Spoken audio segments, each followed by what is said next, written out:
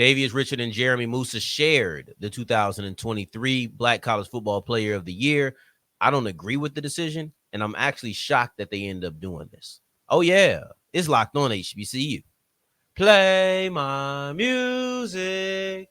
You are Locked On HBCU, your daily podcast covering HBCU sports. Part of the Locked On Podcast Network, your team every day.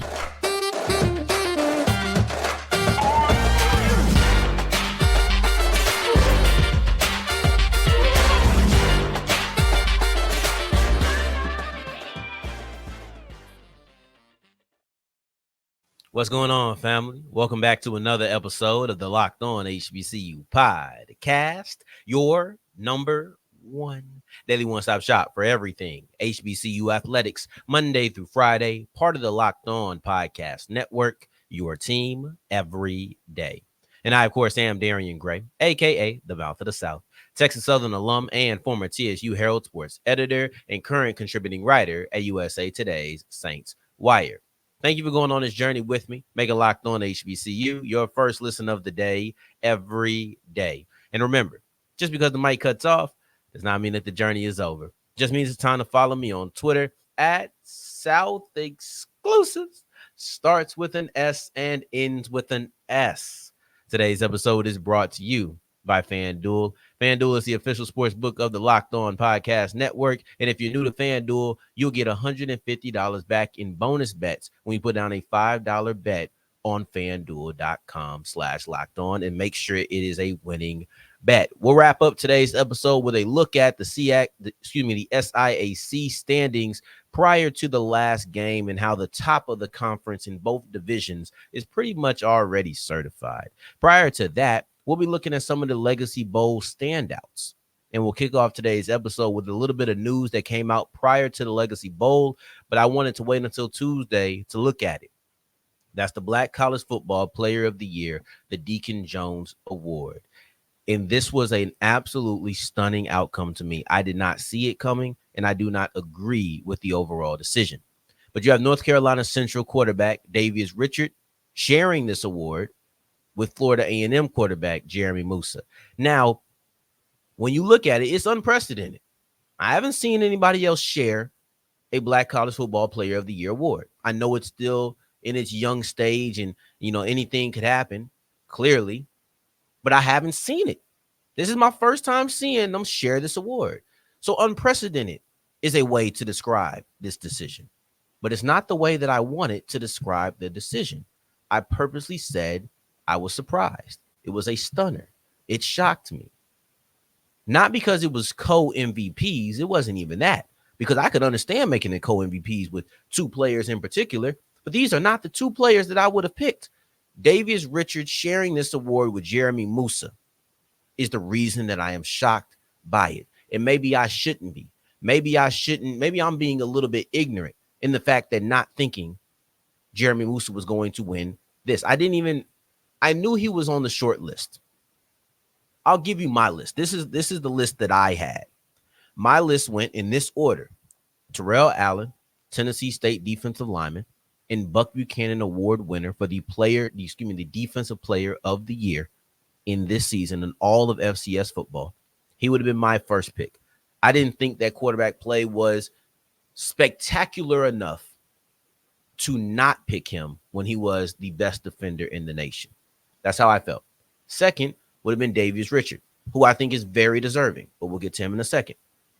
Then you had Ladarius Owens, who I believe is the rightful SWAC Player of the Year.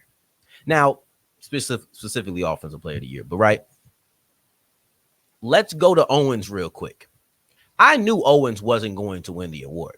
This is just who I would have picked, but I knew he wasn't going to win the award. But this is my thing about Moussa. People may say I don't like Moussa. People may think I'm hard on Moussa. But one thing you can't say is I'm inconsistent about Moussa.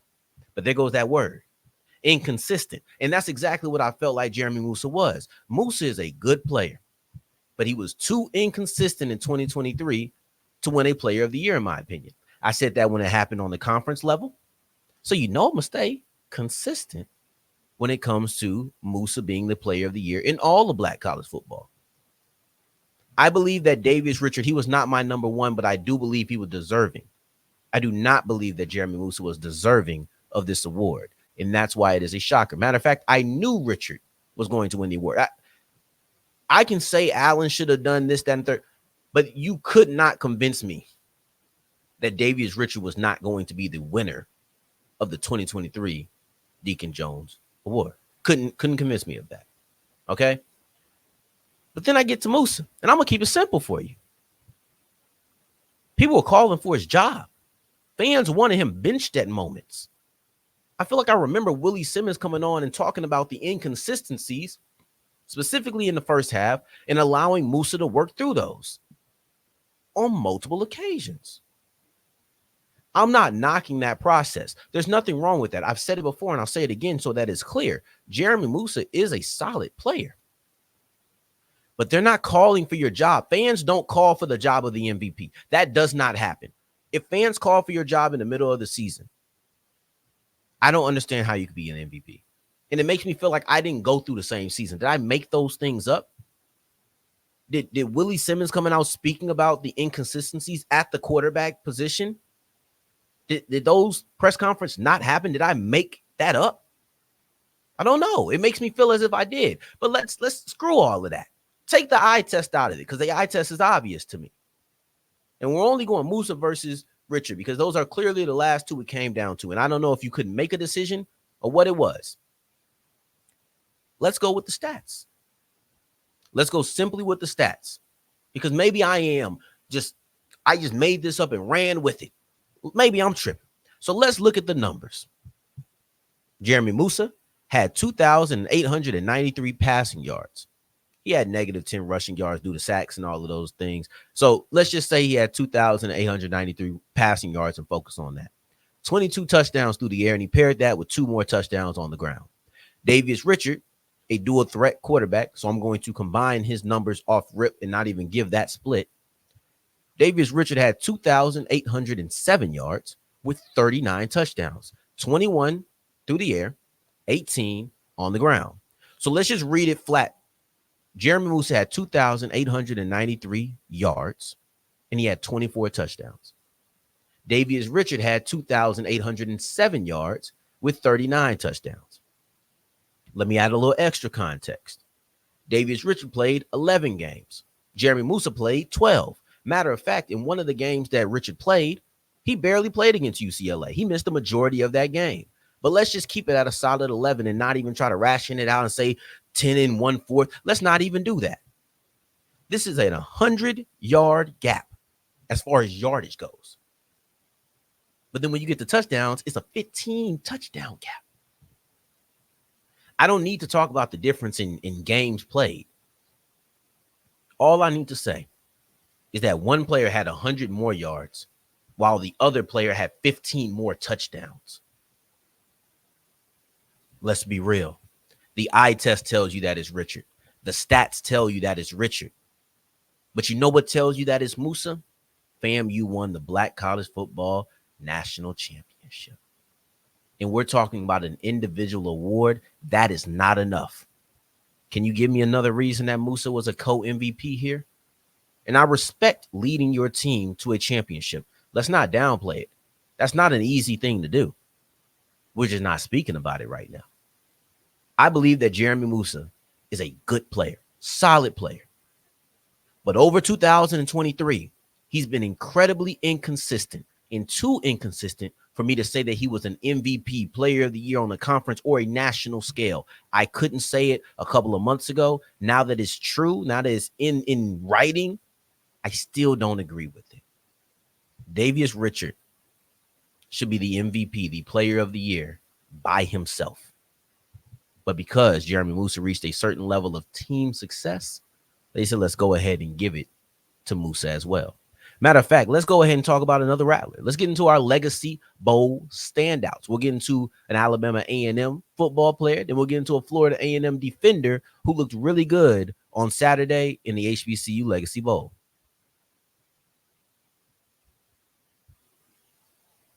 Today's episode is brought to you by FanDuel, and FanDuel is the official sports book of the Locked On Podcast Network. Now, if you're new to FanDuel, Don't worry about it. Go to FanDuel.com/locked-on to make every moment more, and you'll get $150 back in bonus bets if you put down a $5 winning bet. That's only for those who are new to FanDuel. Go to FanDuel.com/locked-on, even if you're not, though. If you've already been there, you know the drill. You know why you're going. You know why you need to return every single time. Now, the NBA is rolling. NHL is rolling. You have all of those things. Go to FanDuel.com/locked-on. That's FanDuel.com/locked-on with the intention of making every moment more. Make sure you get a little bit of money in your pocket. And remember, if you show up late to the game and you forgot to put down anything that morning or maybe that afternoon, it's okay. If the game is not over, you can always participate in the live betting. All you have to do is go to FanDuel.com/locked-on.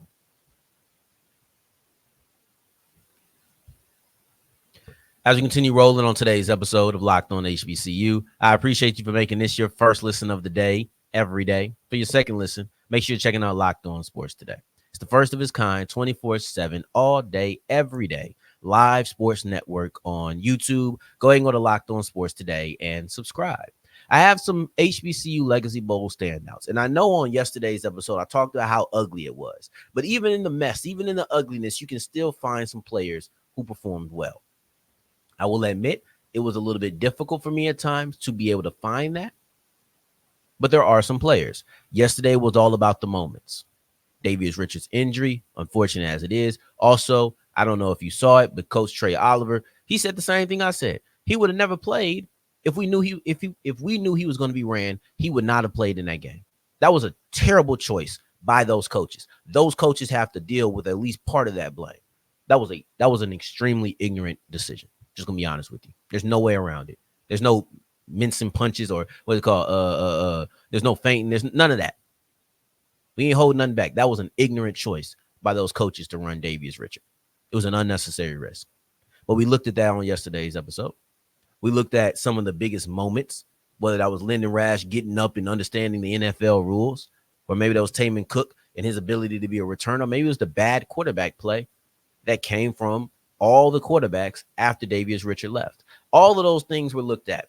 Go back to yesterday if you haven't seen it. But today I want to look at players individually who I thought looked good. And you can't start without starting with Zareon Hayes, the defensive lineman from Alabama A&M. And this guy, he was clearly the best player, the most disruptive, the guy who jumped out the most, right? And I'm not going to sit here and scout it up and all of that. There are guys who I know the intricacies of the offensive lineman and all the subtleties.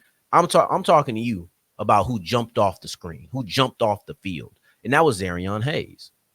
He ended up with, I believe, either 2 or 3 sacks. I think it was 3. Maybe one was called back due to penalty and a tackle for a loss. Extremely disruptive on the day. The defensive MVP, it was an easy call. We originally, because we were talking about this in the press box, we originally wanted to go with a guy from the winning team. We wanted to go with 2 guys from Gaither, the offensive MVP and the defensive MVP. But it would have been too obvious that that's what we were doing. We said we have to go with the guy who was clearly the best defensive player on the field, and that was Zareon Hayes. I thought that he was dominant in being disruptive. I thought that he did a great job finishing. You didn't see him miss sacks, sure tackling, and you also saw a motor and awareness on his tackle for a loss where he got in the backfield, chased down the running back on a stretch play. I thought Zareon Hayes looked amazing. Let's keep it on the defensive side, specifically on that Team Robinson. I have to remember who's Team Robinson, who's Gaither. But on that Team Robinson side, Isaiah Major.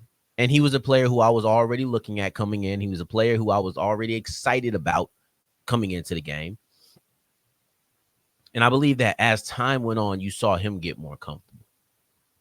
I want to highlight 2 plays by Major. The first was a play that I thought was going to result in a safety. I thought it did result in a safety, but I guess they said that the running back got out of the end zone.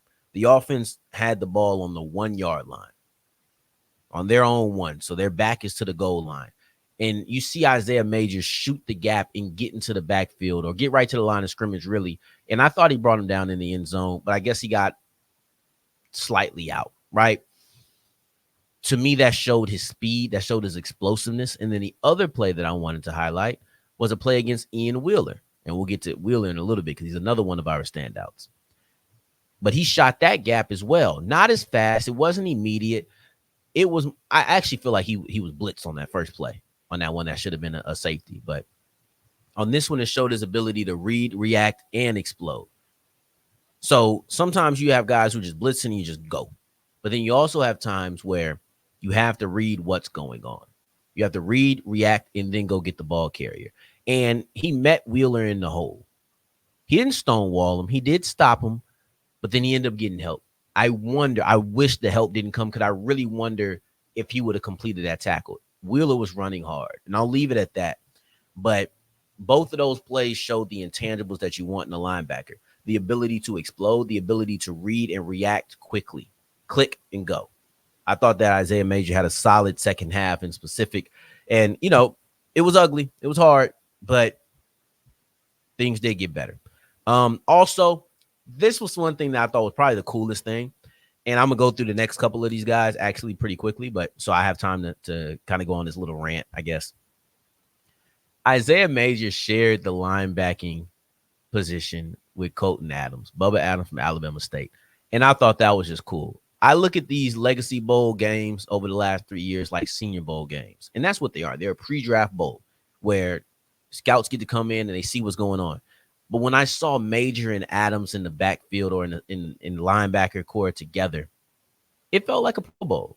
It felt like, man, we're seeing two stars, two guys who have been two of the best linebackers in this conference over the last 2 years. It was really good. I enjoyed it. I enjoyed that. And you also had Lewis Matthews coming off the bench. I'm a former linebacker, so being able to see great linebackers all be on the same team, it was special to me. Now let's get into Brennan Brown, some offensive players, right? He made a couple of, but Brennan Brown, the Howard tight end, made a couple of catches on easy throws. I said there wasn't enough of those, and you got a few of them. Some really easy throws to tight ends. Whether it was a little rollout, tight end just kind of leak off to the flats, easy throw to him. Brown showed his athleticism, taking one of those catches and hurdling over a defender afterwards. Really, really solid stuff. And it wasn't many bright spots on the offense. It just wasn't. So to see him have those moments was one of the brighter spots. Then you have Tamon Cook, and he was the returner from North Carolina A&T, who I really wanted to see what he would do as a receiver. Well, didn't really get that option after Richard got hurt. It all went down the drain. But one thing he did do is because once I saw he wasn't going to do anything as a receiver anymore, it became clear. The passing game was doo-doo. Once I realized that, I said, oh, he's on punt coverage. Let me see what he does as a gunner. And I thought he really shined. And I said this on yesterday's episode as well, so I'm not going to regurgitate all of that. But I did think he was impressive enough to be a standout simply from being a special teamer. Ross is going to love me for this. But got to give a special teams guy a standout. Ian Wheeler is the last person I'm going to have on here. Ian Wheeler had good bounce. I wrote some of these things right at the moment. Good bounce, ran hard downhill, had a couple of catches, and he was probably one of the few, if not the only, real bright spot. Really shown what he could do in that fourth quarter. He shined bright. And to me, Team Gaither, it was ugly for them. Once Richard went out, they had one more drive, but it was really ugly for them. And Wheeler was the one person who, at any moment, I said, oh, I've seen something. Not just a one-off, multiple plays where he had good burst to the outside, where he had good hard downhill running. I look at that Isaiah Major play, and I'm saying to myself, I'm a wrestling fan, right? There's matches where obviously somebody has to lose, but both of those wrestlers come out looking good. That's what I felt when I seen Major and Wheeler. Major showed his ability to click and go, while Wheeler showed his really hard downhill running. And it looked as if he might be able to break out of that tackle before a second defender came up. I think it was a good run on both, or good play by both.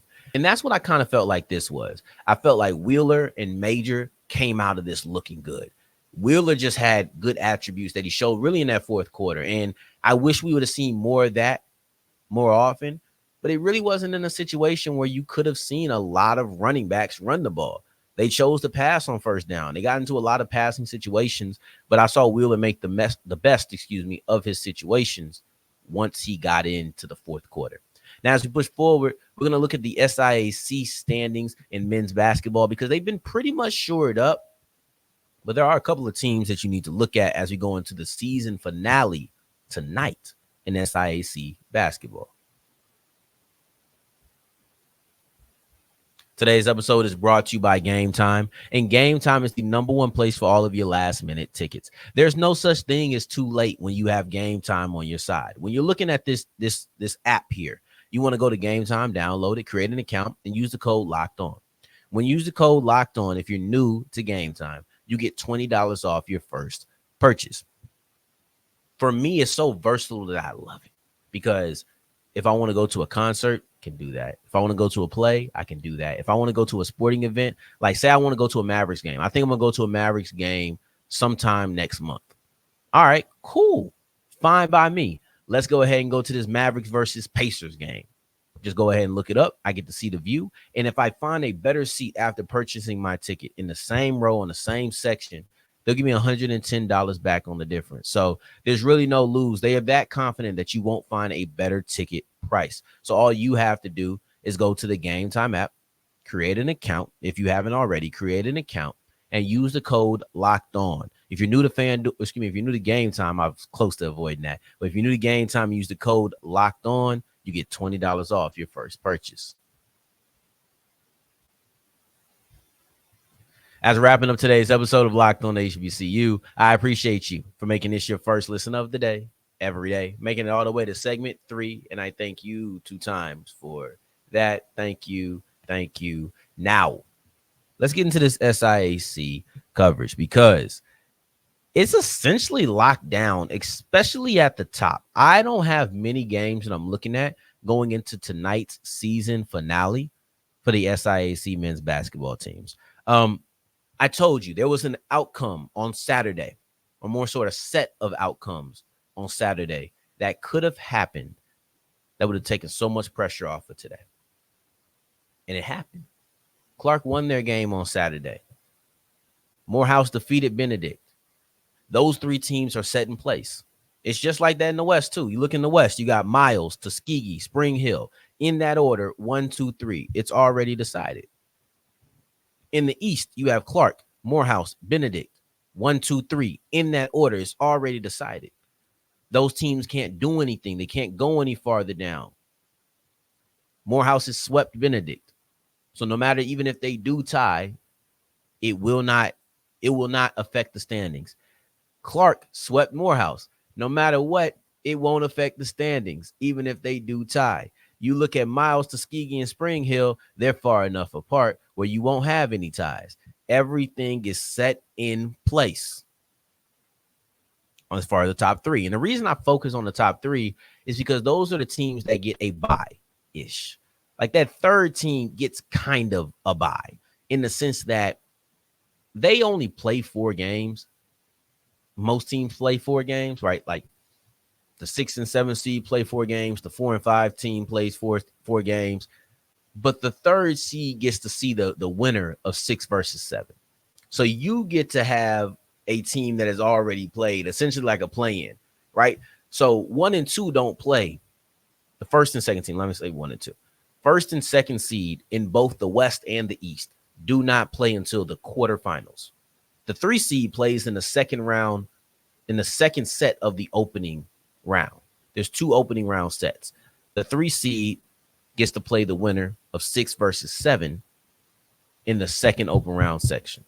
That's the thing. And it's kind of confusing when I put it like that, but it was really easy to see when you put it out in words. But basically, the 3 seed gets the opportunity to at least play a team that has already played. They are essentially in a play-in. And then once you get to the 3 seed, now you're in the first round. That's the way that I would look at it. 1 and 2 only has to play 3 games. That's the true benefit. They start in the quarterfinals. They really get a first round bye, legitimately, not just you get to face a weakened opponent who's already played. That's that. So let me make sure I didn't miss anything. Then also, because I did want to make sure I hit everything for the 3 seed.